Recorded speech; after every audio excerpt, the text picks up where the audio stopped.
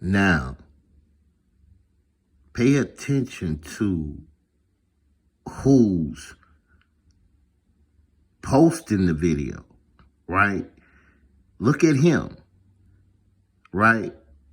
This is how they get you, all right? Look at him. Look at what it say, all right?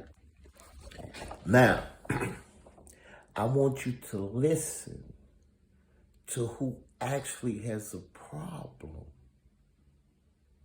Listen to who has a problem with this agenda. Because I have no problem with it whatsoever. I have no problem with what you're about to see. Not at all. They're using him. Understand? They're using him to make you think he's against what you're about to hear. All right? He's not finna say nothing. Just listen. Single mothers, the new government target? Project 2025 doesn't just demonize single mothers. It wants to change policies to punish single moms and perhaps even remove children from single-parent households. Now, listen to what she's about to say. You saw who they say, he's not saying nothing. They are content creators. They can use your post for their narrative. But us men, understand that. Us men, us American men, if you do not agree with this video, right? If you do not agree with everything that's about to be said, right? I want you to actually tell me why. Take my word for it. Let me show you. Their top priority is promise number 1, restoring the family as the centerpiece of American life. And they specifically call out unmarried mothers as a reason that the American family is in crisis.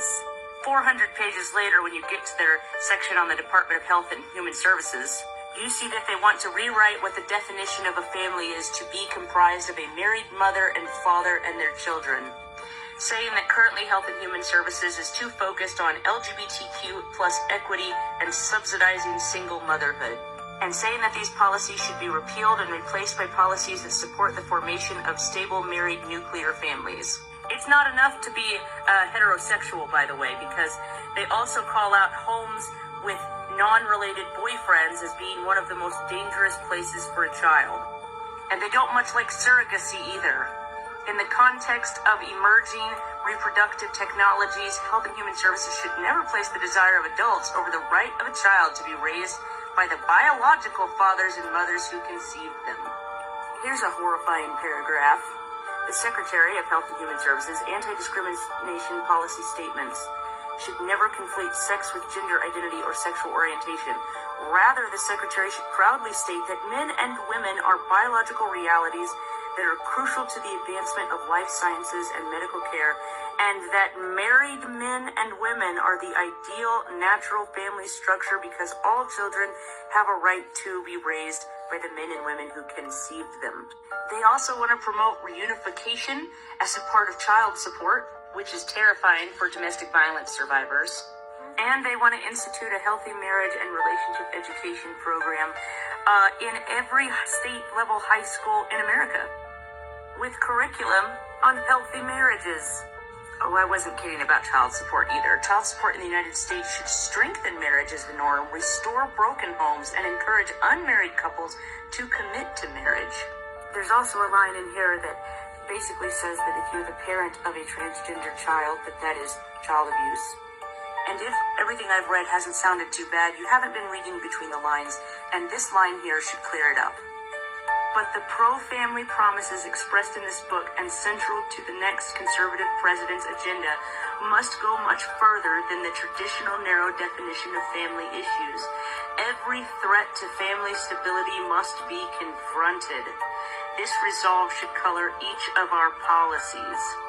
And any family that's not a heterosexual married family, that's a threat to them.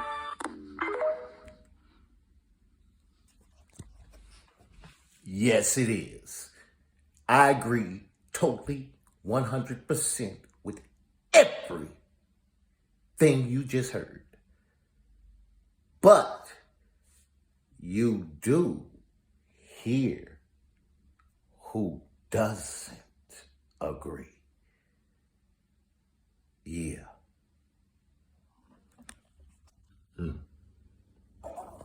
From the People's Republic of Morocco, we agree